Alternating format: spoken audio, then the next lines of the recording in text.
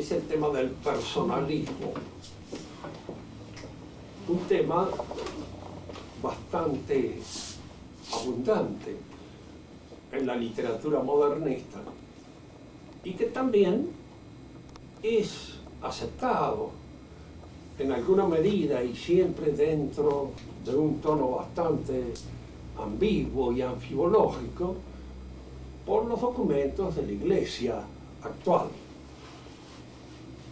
En primer lugar, vamos a ver qué quiere decir esto del personalismo y especialmente en el ámbito cristiano.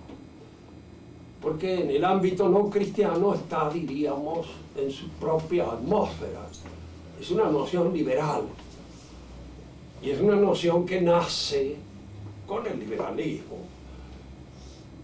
¿Cómo nace o cómo surge esta noción? Se trata siempre de tratar de ver cuál es la relación que el individuo, la persona, tiene con el orden social al cual pertenece. El liberalismo surge de una idea de la sociedad que está inspirada en las asociaciones de tipo comercial. Las asociaciones de tipo comercial son hechas indudablemente por el hombre mediante contrato y cuyo objetivo, cuyo propósito fundamental el de estas asociaciones es servir a aquellos que contratan y cuyos intereses en alguna medida están defendidos por esa asociación. De manera que podríamos decir que la asociación comercial está al servicio de los hombres que la constituyen. Es algo hecho por ellos con el objeto de que defiendan sus intereses comerciales. Cuando esta noción de asociación comercial se extiende al terreno de la asociación de carácter político, que es la sociedad natural, en la cual el hombre se inscribe por un proceso que ya vamos a ver, no es de ningún modo el proceso de la formación de un contrato. Cuando esta asociación es, diríamos así, vista, la asociación política como una asociación comercial, es fácil ponerla al servicio del hombre. Y ustedes esta palabra la van a ver incluso a veces en los documentos pontificios cuando se refieren a la misma iglesia, como que la iglesia está al servicio del hombre y la sociedad civil está al servicio del hombre. Aquí hay entonces dos nociones que se separan: sociedad e individuo, hombre.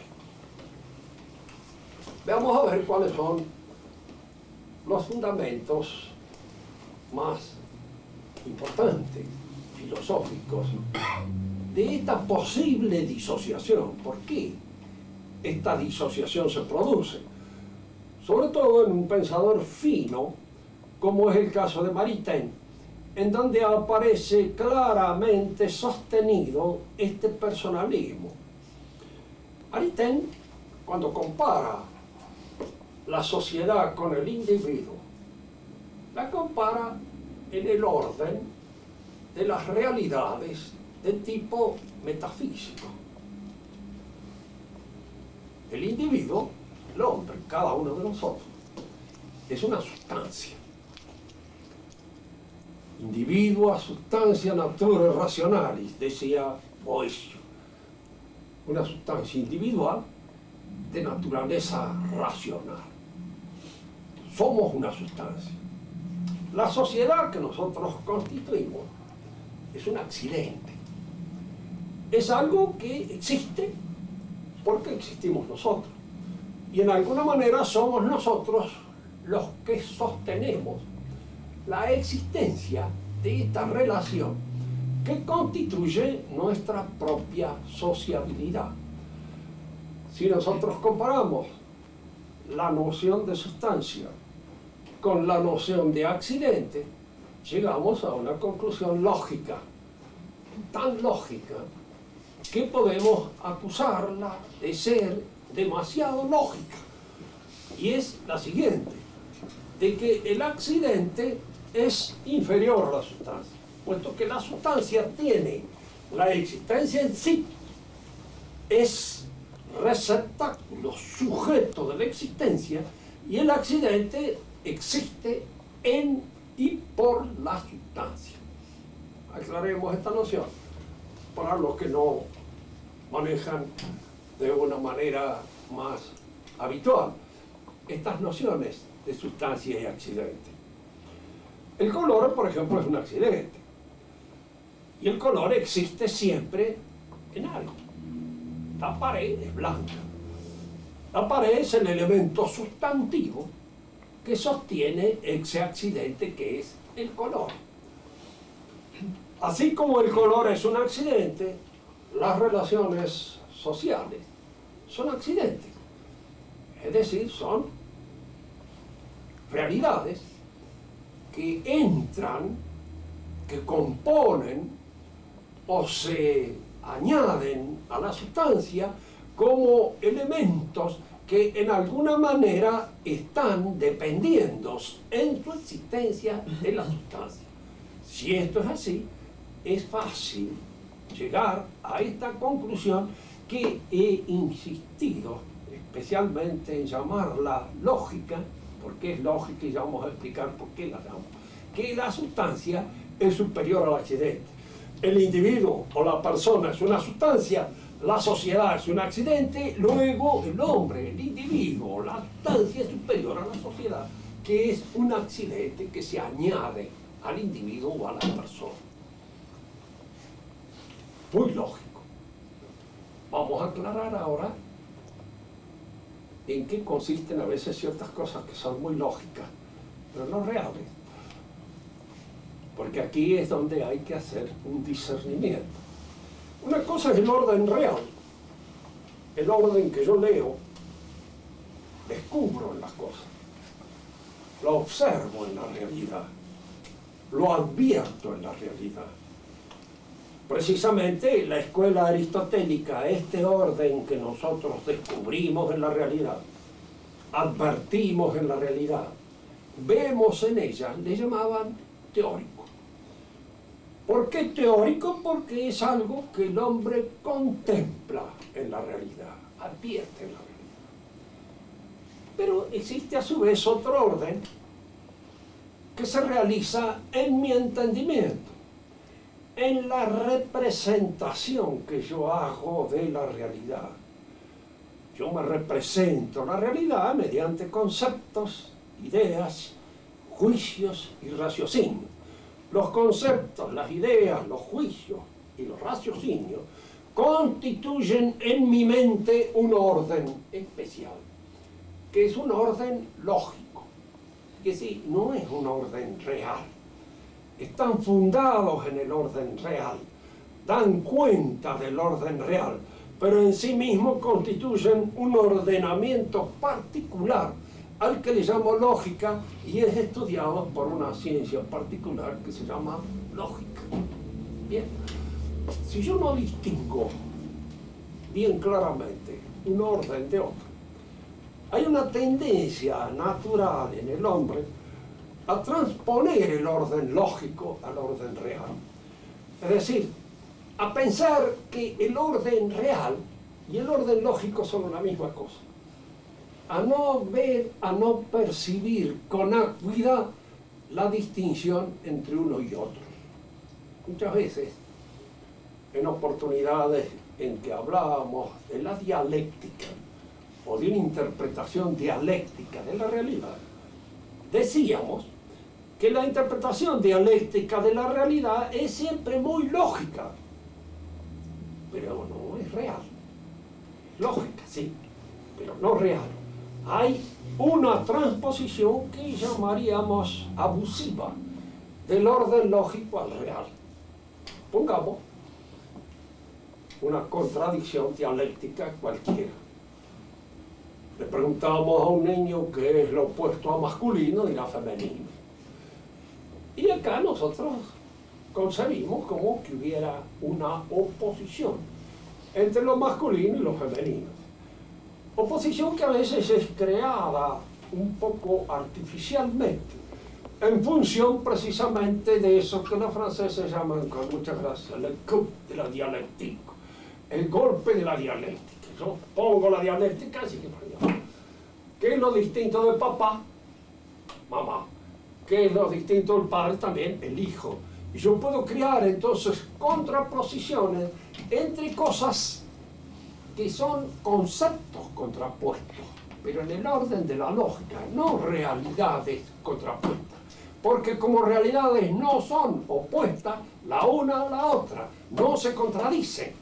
Se contradicen en el orden lógico. Si yo quiero hacerle entender a un niño que lo contrario de esta noción es otra noción, indudablemente esa noción que aparece como contraria es contraria, pero en el orden de la lógica, y es un abuso de lógica transponer este orden al orden de la realidad. Fíjense que a veces estas confusiones son todavía a veces peores, porque las ideas, los conceptos, son entes lógicos. Componen un ordenamiento que es propio de la interpretación que el hombre hace de la realidad. Pero componen un ordenamiento lógico. Ordenar lógicamente una cosa es ordenar los conceptos, los juicios, los razonamientos en una exposición, en una interpretación. Pero este orden requiere incluso otro arte diferente, distinto, aquel que aparece en la realidad.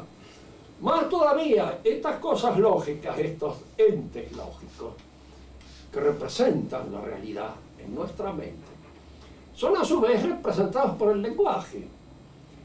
El lenguaje trata de exponer, es el vehículo particular al cual yo apelo para decir, exponer lo que pienso. Yo puedo ahora confundir estos tres órdenes, que uno es el orden del lenguaje, otro es el orden lógico y otro es el orden real. El orden lógico supone por el orden real, porque lo representa en mi mente, como el lenguaje representa el orden lógico. Pero yo no puedo confundir el lenguaje con la lógica, porque no hablamos de una manera totalmente lógica, sino que hablamos de conformidad con ciertos gustos, leyes, que son propias del lenguaje y que no necesariamente traducen la lógica. Yo me acuerdo que en la época en que yo asistía a castellano, a lo que hoy se llama análisis sintáctico, y que es su verdadero nombre, se llamaba análisis lógico, que no era su verdadero nombre. ¿Por qué? Porque había una confusión entre el orden propio de la sintaxis, que es dependiente del espíritu de la lengua en cada caso, porque una es la sintaxis francesa, que admite ciertas cosas, otra es la sintaxis española, que tiene mucho más libertad en el juego, diríamos así, de la exposición, y por eso también es más peligroso. Es decir, así como tiene más libertad, hay más libertad para equivocarse, y como hay más libertad para equivocarse, hay más libertad para organizar una mala sintaxis. Por eso el español se puede escribir muy mal, y los franceses en general escriben bien el francés, porque la sintaxis, cuando la aprenden, los va llevando, diríamos, en una concatenación determinada de los términos que rige el espíritu de esa sintaxis, mucho más precisa, porque es un lenguaje probablemente, como decía Rivarol, más social que el español. El español es un lenguaje, decía Rivarol, que se presta más para el rezo y la solemnidad, mientras el francés para la conversación y para el cambio de ideas, y por eso también es más preciso. Lo que importa aquí es distinguir estos tres órdenes, no confundir la sintaxis con el orden lógico, ni el orden lógico con el orden real. Si yo me atengo a una diferencia lógica que existe entre dos términos, persona o individuo y sociedad, uno de ellos es indudablemente una sustancia y el otro es un accidente. Y llego a la conclusión lógica, perfectamente lógica, indiscutible, de que la sustancia es superior al accidente, puedo yo llegar a la conclusión errónea en el orden real de que la sociedad está al servicio del hombre. Está, diríamos, para que el hombre realice allí en la sociedad la perfección que le conviene y alcance ese perfeccionamiento. Y ese perfeccionamiento del individuo es de alguna manera el servicio que la sociedad presta a los individuos. Vamos a ver con más detenimiento esto, porque aparentemente parece que es así. Y no hay más remedio. Es decir, nosotros no podemos decir, mire, el hombre está al servicio de lo social. Eso sería, de alguna manera, una noción a la que podríamos llamar totalitaria, en el sentido en que el hombre estaría sometido a todo, a la organización social, y él no sería dentro de esa organización nada más que un instrumento, nada más que un mecanismo, una especie de resorte o engranaje que sirviera los propósitos de la sociedad, que sería un todo por encima de la realidad de cada uno de nosotros. Tomemos un atajo para llegar a la solución que nos permita entender esta aparente contradicción. Este atajo lo vamos a tomar por la vía del derecho, porque es precisamente como se plantean estas cuestiones, a raíz de las declaraciones de los derechos humanos. Y es ahí donde empieza. Hay siempre, frente a este problema del derecho, dos posiciones aparentemente contrarias, lógicamente contrarias. Una es el justnaturalismo del siglo XVIII, moderno, y la otra es el justpositivismo, que es una respuesta y en alguna medida una reacción contra el justnaturalismo. Para el justnaturalismo, el sujeto del derecho es la persona, el hombre. Y el hombre tiene una serie de derechos que le corresponden, diríamos así, por el hecho de ser hombre. Y que al ingresar en la sociedad debe reconocerlo y admitirle todos esos derechos como cosas que la sociedad debe respetar, promover, sostener para la realización completa del ser humano. Lo curioso es que frente a estas dos posiciones que se contradicen, que son contrarias, aparece siempre en el orden clásico la posición que fue sostenida por Aristóteles y posteriormente por Santo Tomás de Aquino, en la relación esta del derecho. Es cierto, el hombre es sujeto del derecho. Y el derecho él lo alcanza, lo adquiere en su relación social. Un sujeto de derecho privado absolutamente de toda incorporación al orden social no existe. No se da. El hombre adquiere los derechos en su relación con el mundo social histórico al cual pertenece. Más, hay derechos que solamente se entienden en el orden de evolución, en el proceso de realización de una sociedad histórica determinada. Tomemos un ejemplo simple que nos permita a nosotros entender mejor esto.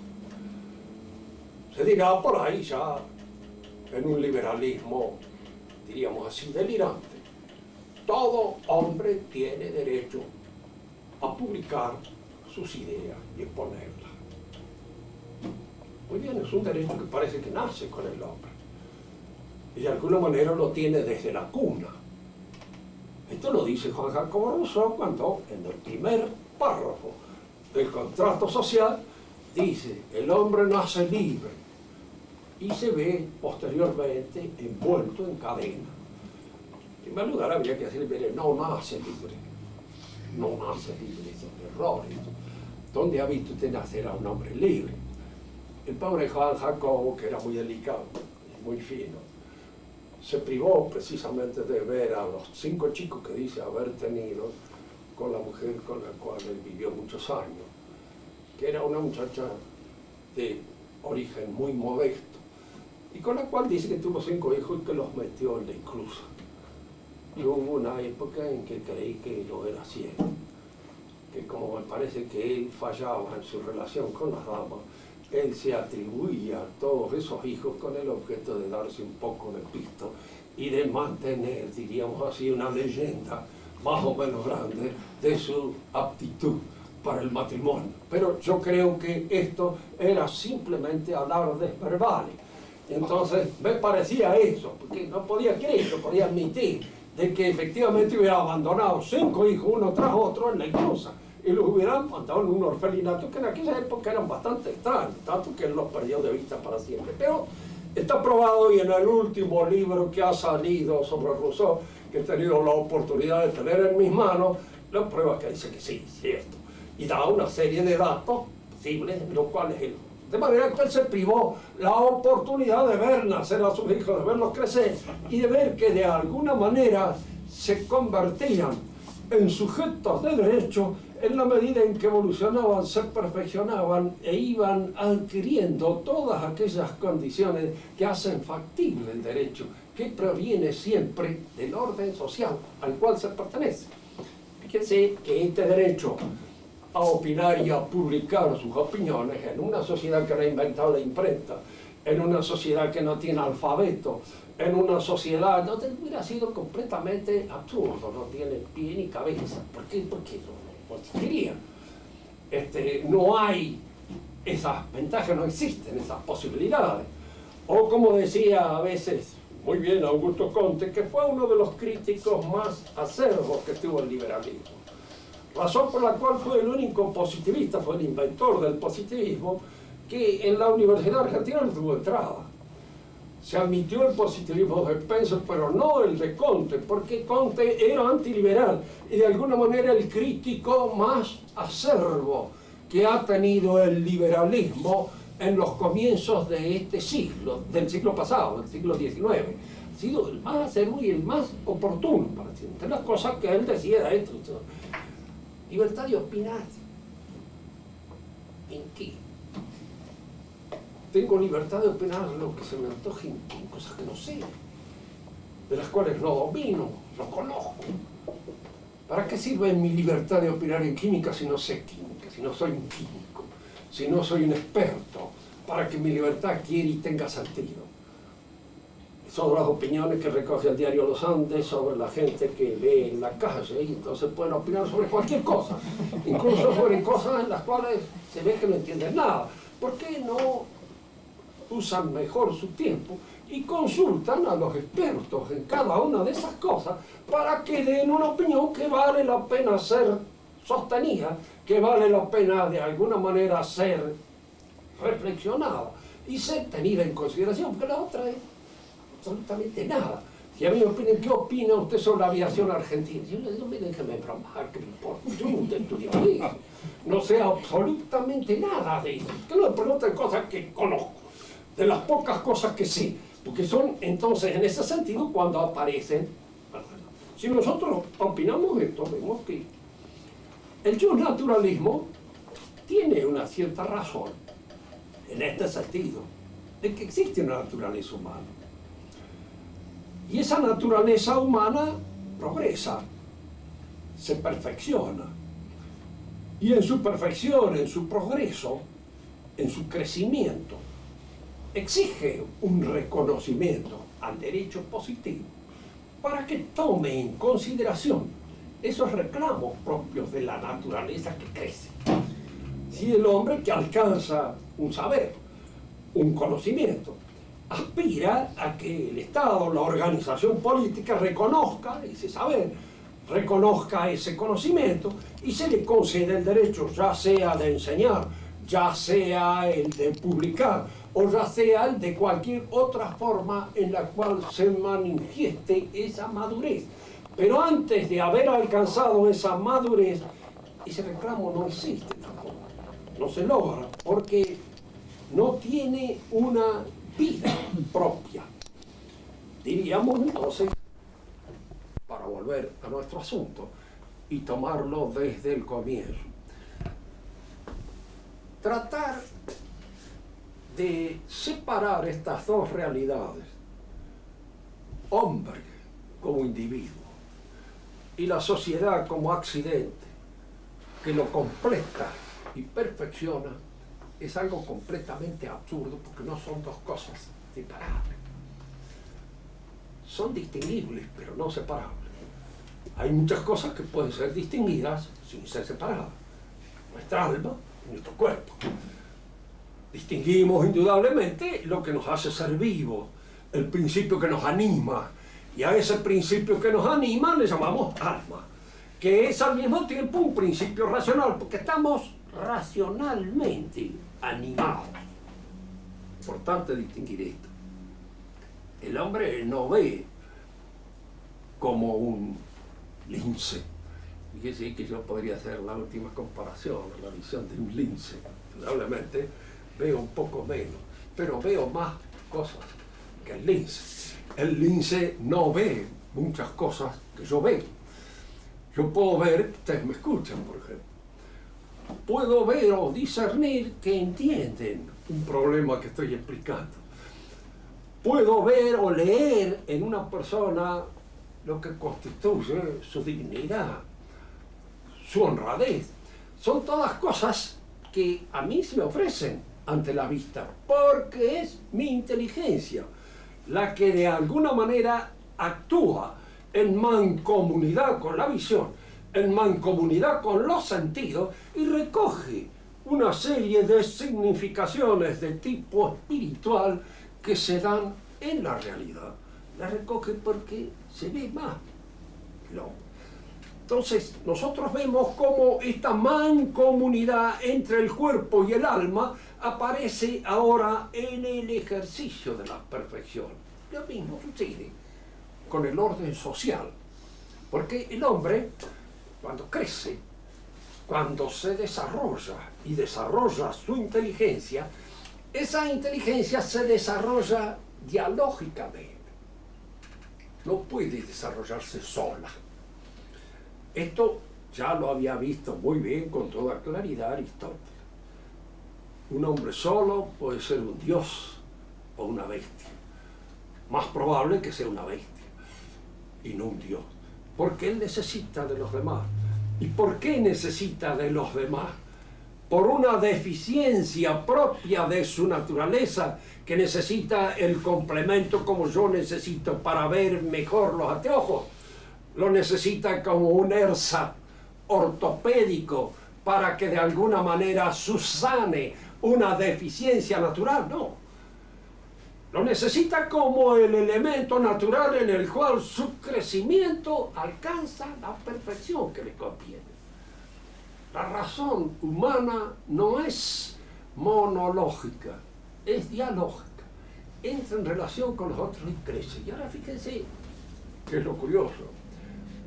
Crece en relación con el lenguaje. Y el lenguaje es algo social. Es algo que la sociedad creó. Yo lo recibo en la cuna. Lo recibo a través de los padres que me hablan su lengua. Y en esa lengua yo aprendo a hablar. Y no solamente aprendo a hablar, aprendo a pensar. Aprendo de alguna manera a discernir, a discriminar. Aunque esto de discriminación se ha convertido en un crimen social gravísimo, sin embargo es siempre conveniente discriminar, porque el que no discrimina es un imbécil, porque es el tipo que no nota las diferencias, y al no notar las diferencias no hace distingo entre las cosas que tiene la oportunidad de tratar. Entonces el hombre entra en esta composición histórica, que esto es importante señalarlo, porque nosotros hemos heredado un lenguaje que nos viene de España, que viene de la latinidad y que viene del helenismo. helenos, latinos, españoles, siglos de experiencia, siglos de reflexión, siglos de pensamiento que han ido forjando la lengua que hablamos. Y entonces hablamos una lengua que nos permite exponer no solo las cuestiones de la casa o los dolores de barriga que podamos tener en un momento determinado, sino muchas otras cosas que entran en este ámbito de la cultura a la cual nosotros pertenecemos. Saliendo un poco al encuentro de aquellos que dicen, ¿por qué estudiar las lenguas griegas y latinas cuando nosotros debíamos aprender el charrúa, el guaraní o el cosa? Precisamente no vale la pena aprender el charrúa o el guaraní. Podría hacerlo uno por curiosidad lingüística, simplemente para entrar en contacto con una lengua indígena, pero partiendo del hecho de que esas lenguas no han alcanzado el desarrollo de la nuestra. Los pueblos que no han sido imbéciles han aceptado la lengua del conquistador, cuando la lengua del conquistador les abrió un amplio horizonte cultural que la lengua propia no lo podía desarrollar. Piensen que al fin de cuentas los galos aceptaron el latín como lengua y los íberos aceptaron el latín como lengua y perdieron completamente el uso de la lengua nativa. Les ha quedado nada más que para designar algunas regiones, alguna toponimia que ha quedado como sobrevivencia de esa lengua del pasado, pero aceptaron esta. ¿Por qué aceptaron esta? Porque esta les traía todo un acervo histórico, toda una herencia, todo un esfuerzo de reflexión que venía del pasado más remoto y que podía ponerlo precisamente a su servicio como un elemento para el crecimiento posterior de los hombres que se criaban en el ámbito de esta lengua. Muchas veces les he dicho que la Iglesia no se fundó, no se formó sobre la civilización hebrea, sino sobre la civilización greco-latina. Y eligió como centro precisamente de esa civilización a Roma. Por algo debe haberla elegido. Muchas veces el Señor se empeña precisamente en elegir instrumentos modestos para hacer aparecer con más vigor su propia presencia. Y así, por ejemplo, elige como caudillo de los hebreos, pongo el caso, de acuerdo con la geografía, a Moisés, que en esa época tenía 80 años. Era un venerable anciano, pues por mucho que nosotros demos a la vivacidad, a la vitalidad de los patriarcas un cheque en blanco, siempre un hombre de 80 años, patriarca o no patriarca, era un hombre viejo. Moisés reunía estas condiciones, el hecho de ser tímido, lo era, lo había mostrado a través de toda su vida. 40 años pasó refugiado en Madián, en la casa del suegro, por no enfrentar una situación que había él padecido en el Egipto.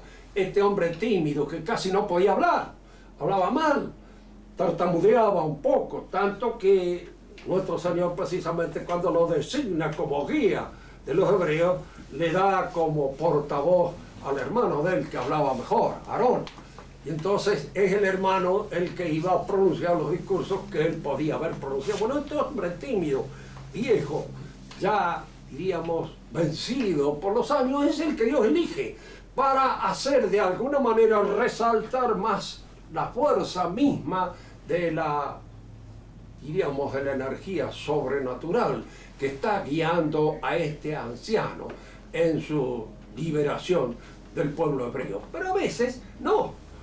Y a veces elige el instrumento que necesita y que de alguna manera le sirve mejor, porque es más adecuado para aquella misión que se propone realizar, como es el caso en la Biblia misma de David, que parece que tenía condiciones personales relevantes para ser rey, cuando lo elige rey, y de alguna manera su portavoz. Y cuando elige a Pablo, por ejemplo, entre los apóstoles, piensen que los apóstoles que eligió en el principio eran en general gente modesta, humildes. El domingo pasado hemos visto en la misa cómo indudablemente esos hombres modestos, esos hombres humildes, que sabían relativamente muy poco, fueron, digamos, iluminados por el Espíritu Santo. Y esto les dio una fuerza que por sí mismos no tenían. Pero cuando eligió a Pablo, eligió el personaje que le iba a servir para abrir la posibilidad de su proyección entre los gentiles. Y eligió a un hombre genial, a un hombre que tenía condiciones extraordinarias de por sí mismo, sin necesidad a veces de que el Espíritu Santo llevara a una perfección más acabada estas mismas inclinaciones o estas mismas disposiciones de su espíritu. También cuando elige la lengua latina y cuando elige a Roma como centro de su proyección universal, ¿sabe lo que elige? Con la lengua hebrea no podía haber logrado la dispersión de un mensaje universal. ¿Por qué? Porque no es una lengua universal. Ustedes me preguntarán, ¿cuándo la lengua es universal? Cuando se ejercita, se realiza, se habitúa en la ciencia, en la reflexión universal. Porque hay dos formas, dos maneras de universalizar al hombre, como hemos dicho en otra oportunidad. Por lo bajo y por lo alto. Hay ciertas necesidades, hay ciertas inclinaciones que todo el mundo entiende.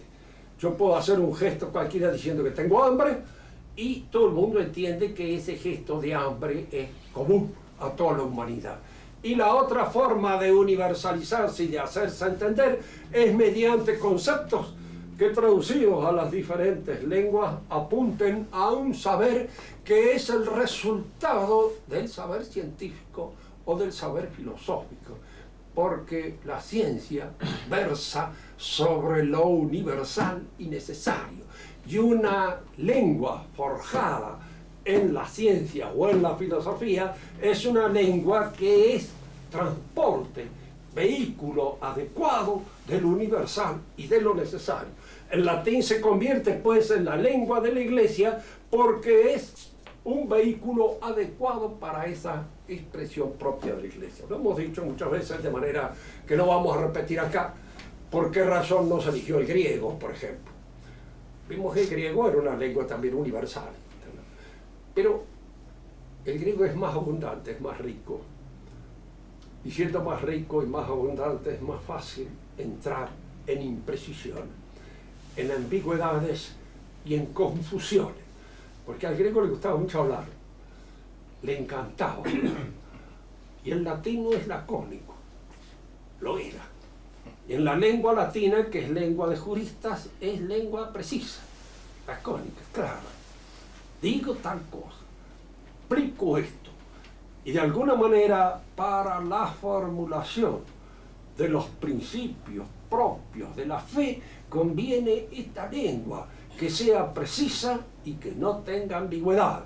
Lo digo hoy más que nunca porque como se ha perdido de vista un poco el latín, se ha perdido también de vista un poco la precisión, la concisión y la seguridad en la formulación de los principios que constituyen la doctrina católica.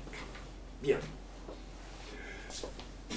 La sociedad entonces no es algo postizo, un ersatz, algo que el hombre echa a mano como un elemento de sustitución para apoyarse en él.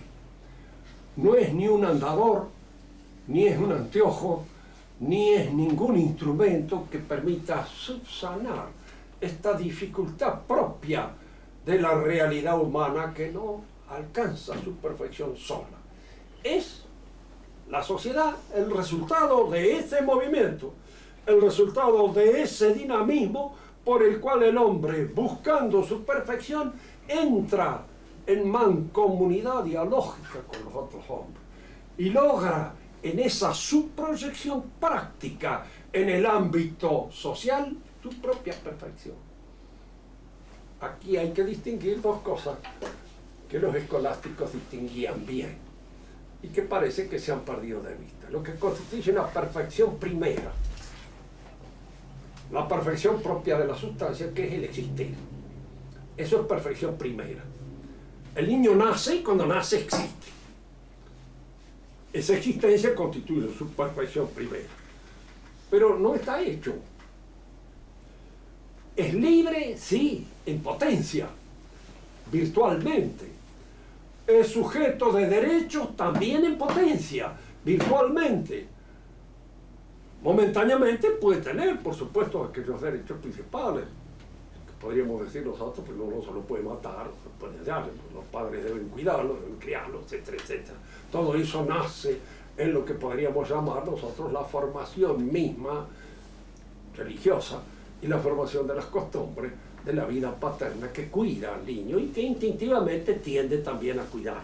Pero logra su perfección, logra su desarrollo cuando va adquiriendo en el proceso de su formación dialógica todas aquellas perfecciones que constituyen la perfección segunda, o perfecciones segundas, que son las que hacen a la naturaleza. Creer que la sociedad es algo independiente del desarrollo personal de cada uno de nosotros es absurdo. Porque incluso hasta para ser antisociales necesitamos de una sociedad que nos induzca a ser antisocial. Hasta para adquirir ideas subversivas necesitamos meternos en un comité, necesitamos entrar en una comandita, necesitamos entrar en función de una serie de cosas, de ideas que recibimos del orden social al cual nosotros pertenecemos, no tenemos nada. Y la Iglesia es la sociedad o el ámbito en el cual el hombre entra en relación mancomunada con Cristo. Y a través de Cristo y de los sacramentos instituidos por Cristo, logra esa perfección que nos lleva a Cristo. Decir que la Iglesia está al servicio del hombre, pues no es precisamente una frase feliz, porque es una frase que hace pensar que se trata de un ersatz, de un instrumento que se pone al servicio del hombre y que el hombre en un momento determinado puede decir no me interesa,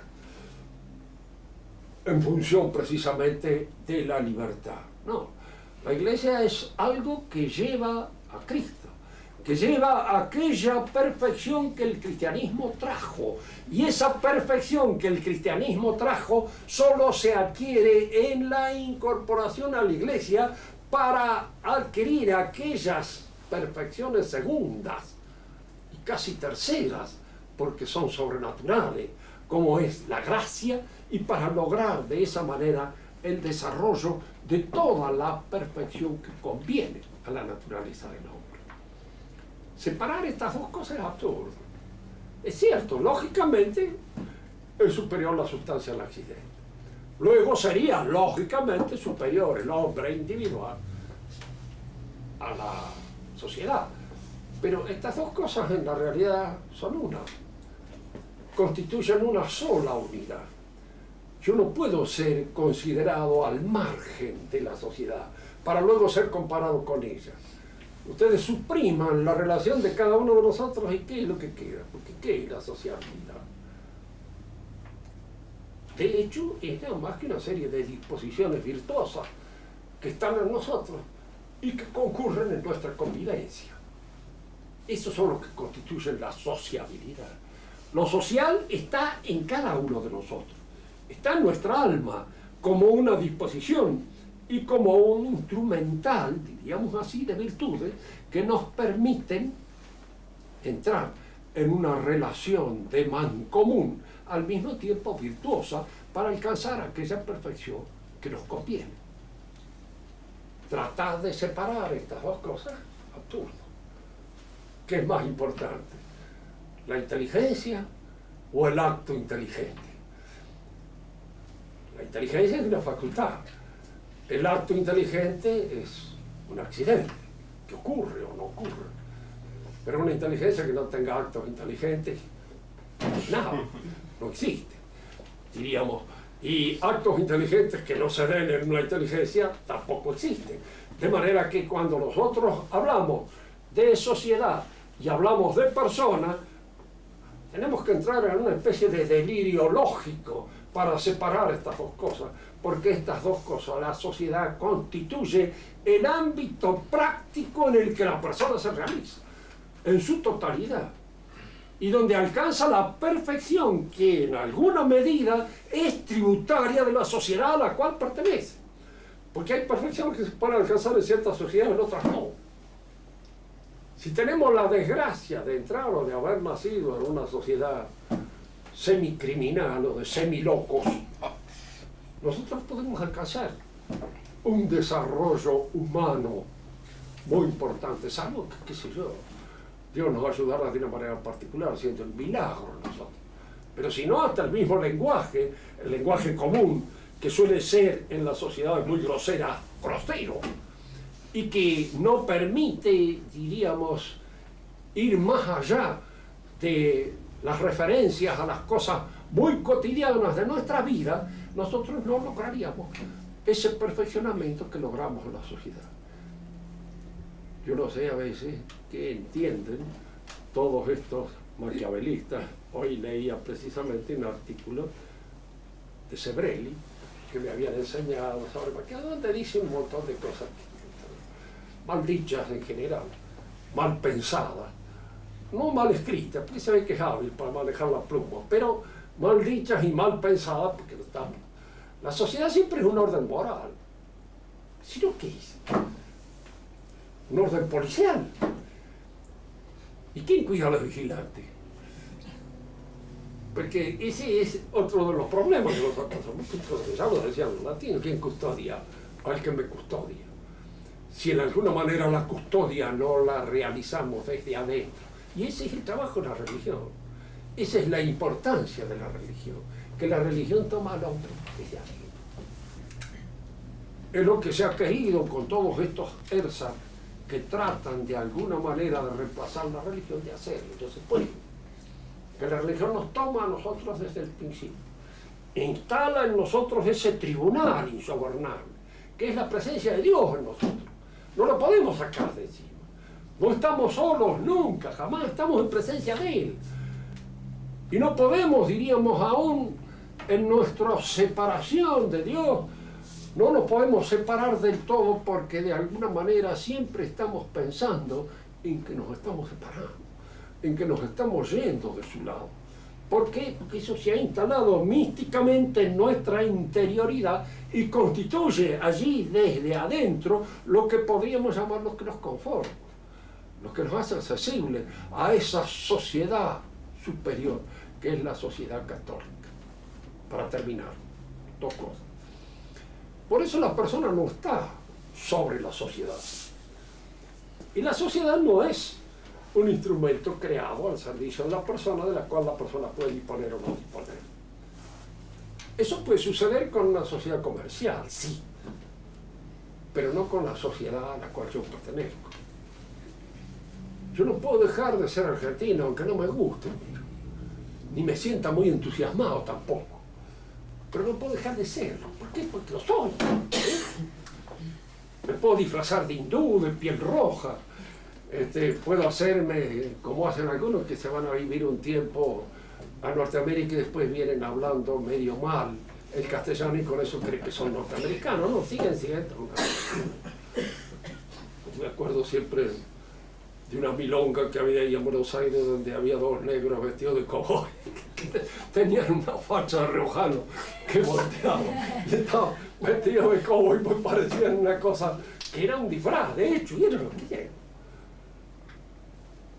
A pesar de eso, por eso yo no puedo cambiarme eso que soy, porque eso que soy está en todos mis hábitos, en todas mis disposiciones. Soy un hombre de este lugar, aquí me he formado, y esta sociedad me ha hecho lo que yo soy, y lo que yo soy lo debo a esta sociedad. Con lo bueno o lo malo que pueda haber adquirido, lo he recibido de aquí, lo he recibido de los maestros, lo he recibido de la autoridad, lo he recibido de los amigos, lo he recibido de los padres, lo he recibido de los parientes, lo he recibido de todo lo que constituye este haber, que es nuestro lugar. Entonces lo formamos. Y gracias a Dios tenemos a la Iglesia en este país, que es la que nos permite alcanzar aquella perfección a la cual aspiramos. Separar estas dos cosas y creer de que la Iglesia está al servicio de la persona es una forma muy ambigua.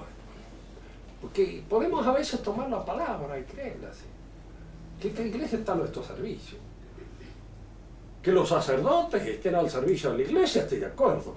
Que el Papa esté al servicio de la iglesia también. Pero que estén al servicio nuestro, personalmente no. Eso no, hay que entenderlo bien. Nos sirven, sí, eso es otra cosa. También nosotros servimos, porque en la medida en que cumplimos cada uno con los deberes que tenemos, servimos a los demás y al prójimo.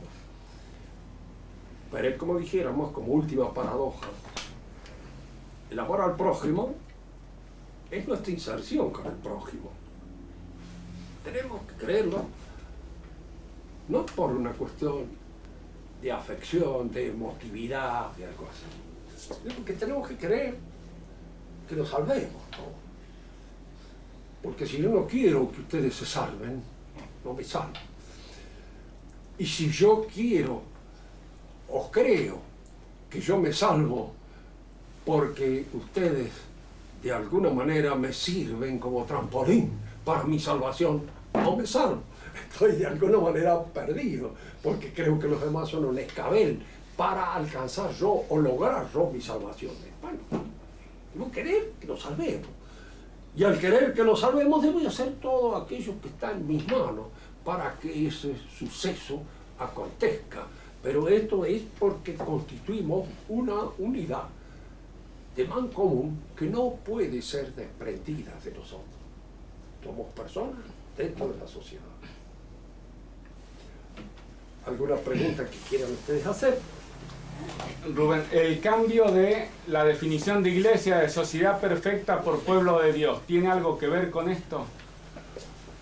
Que era la iglesia. Sociedad perfecta era la definición anterior y se cambió por el pueblo de Dios.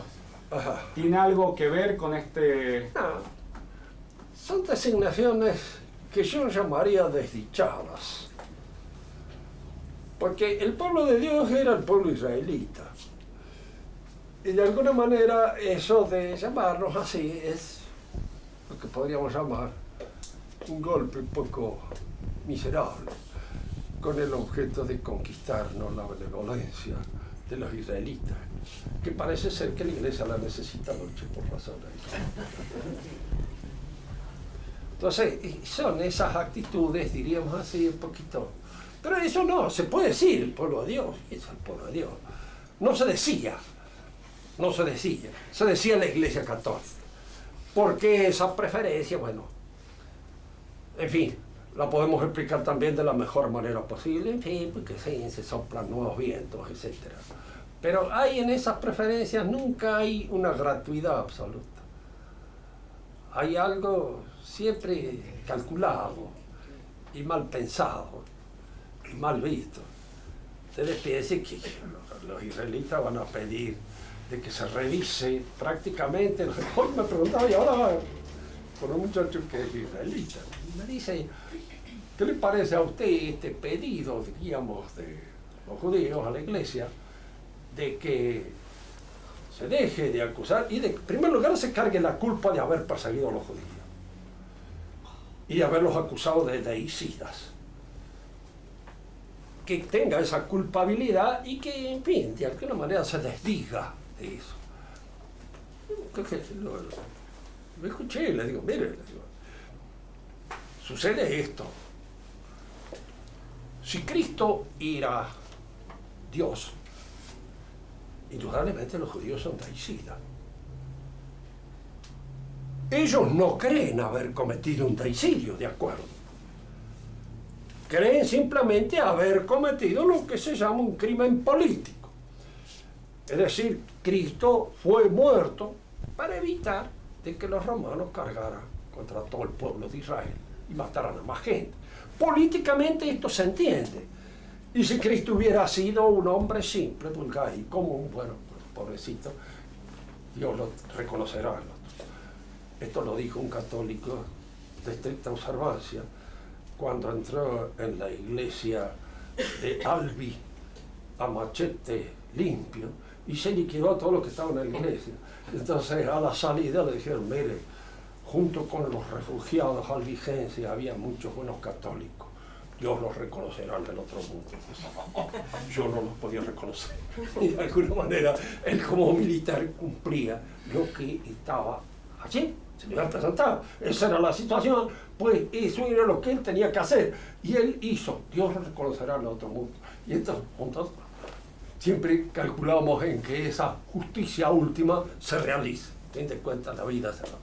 Pero, diríamos, hablando de esto que estábamos señalando acá, ¿no?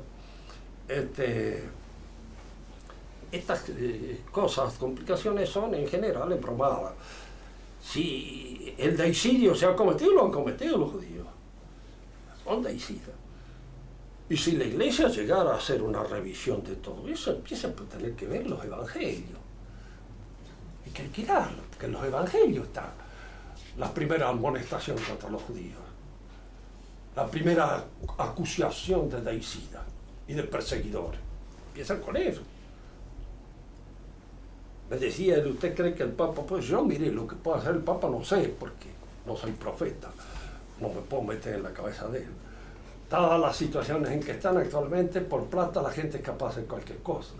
De manera le digo que no sé, pero sería destruir la Iglesia. Sería, en cierto modo, diríamos, romper las bases, los fundamentos completos de la Iglesia. Y le digo, y eso es lo que quiere su paisano. Y sí, sí, dice, su argumentación es muy lógica. Y dice, no, y le digo, si eso es lo que siempre han querido, para borrar el deicidio de que Cristo no sea Dios, y de que nadie lo reconozca como Dios. Entonces, de esa manera dejan de ser deicidas y pueden aparecer ante el mundo como individuos relativamente normales. Pero si Cristo es Dios, son deicidas. Y si la Iglesia sigue sosteniendo eso, en la página 40, sí. Roncal. Muchas gracias, muchas gracias.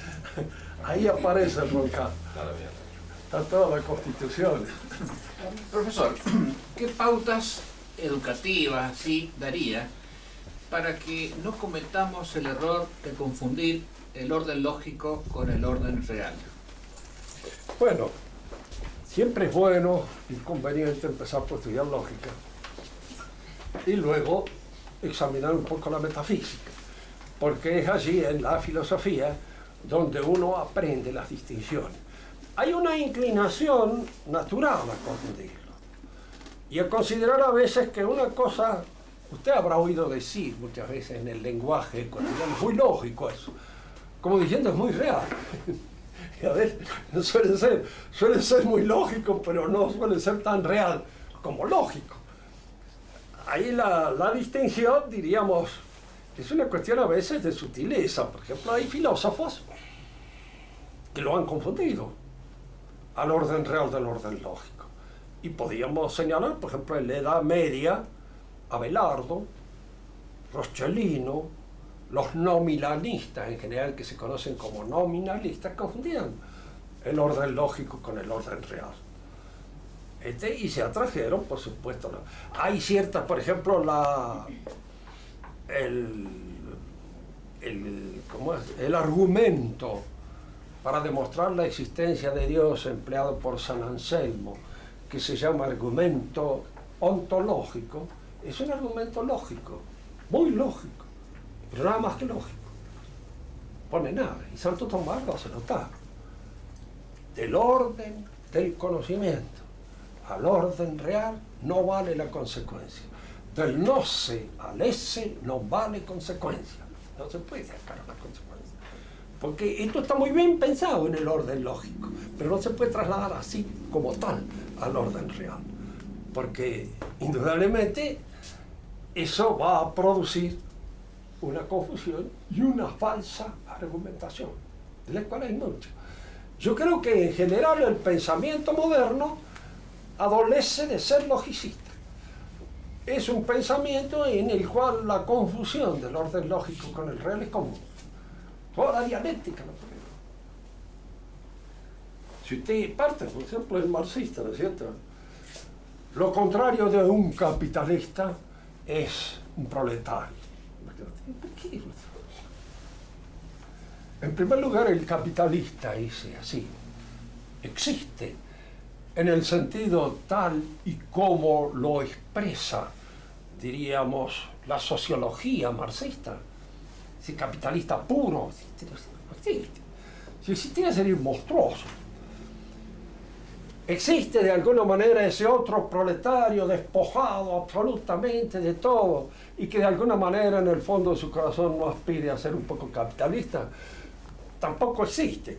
Y entonces nosotros cuando nos encontramos frente a la realidad siempre se nos aparece de una manera mucho más matizada, no tan concluyente.